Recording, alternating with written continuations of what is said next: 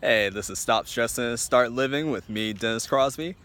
And today I want to talk about what to do when you don't like meditating. And this was really inspired. Well, right now I'm in sunny Ohio, which is usually a joke, but it's actually sunny today. Go figure. But I'm here visiting family.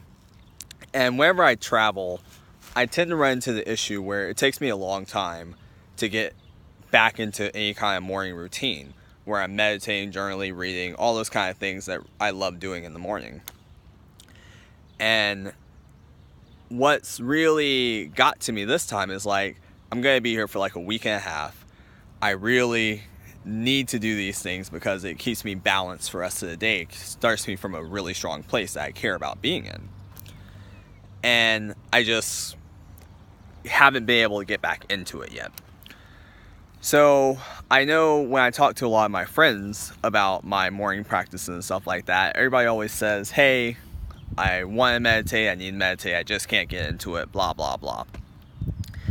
And I get it because it took me about 2, 3, 4 years before I started consistently meditating.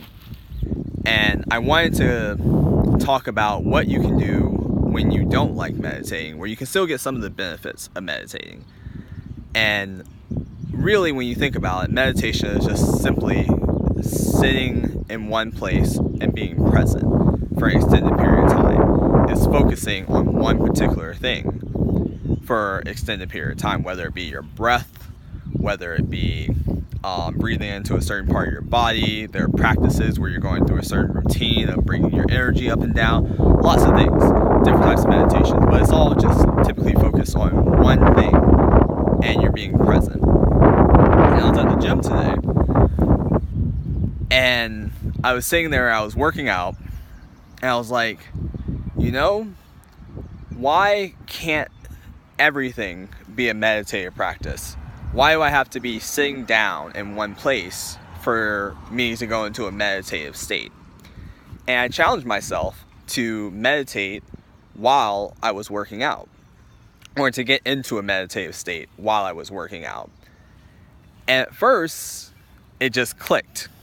And I was completely focused. I was sitting there feeling the movements of my body, the muscle contractions, all that, and it felt great. But then, just like when I meditate, the thoughts start coming in. And I never realized how many other thoughts there were while I was doing something as simple as working out. Just like when I meditate. And you'll see if you meditate or if you ever start meditating, thoughts just come. And it becomes the practice of learning to let go of them. So where I really want to go with this is, if you don't like meditating, then here's something really simple where you can get the benefits of meditating, that one pointedness of attention, that being present for a while and throughout the day, which is something I'm actually committing to, is trying to get into a meditative state as much as I can throughout the day.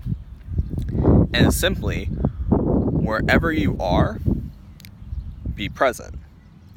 And I know that sounds super like esoteric and all over the place, or very vague, and like, how the fuck do you be present? So I'm going to give you a couple recommendations on how you can be present. So my go-to to bring me back into the present is to remember that after whatever I'm doing in that moment, I could literally die. So I'm being present right now while I'm recording this video, because as soon as I hit stop on this, something could come out of nowhere, hit me, and I could die. This could be my dying message to you guys. So that's keeping me very present. There's nothing going on in my mind. I'm not thinking about, what happens if I get seen by somebody walking across the street, or what happens if a whole bunch of other shit that can go through my mind while I'm recording this. No, it's just me being present in this video, because in my mind, there's a very likely there's the realization that I could die immediately after it. So there's that. There's one way. So imagine that whatever you're doing, it could be the last time you're ever doing it. Another strategy is take a few deep breaths. So if you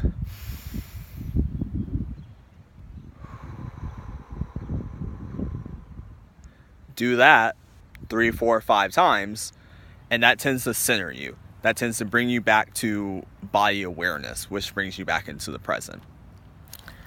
I'd say those are probably the two biggest and easiest ways to do it.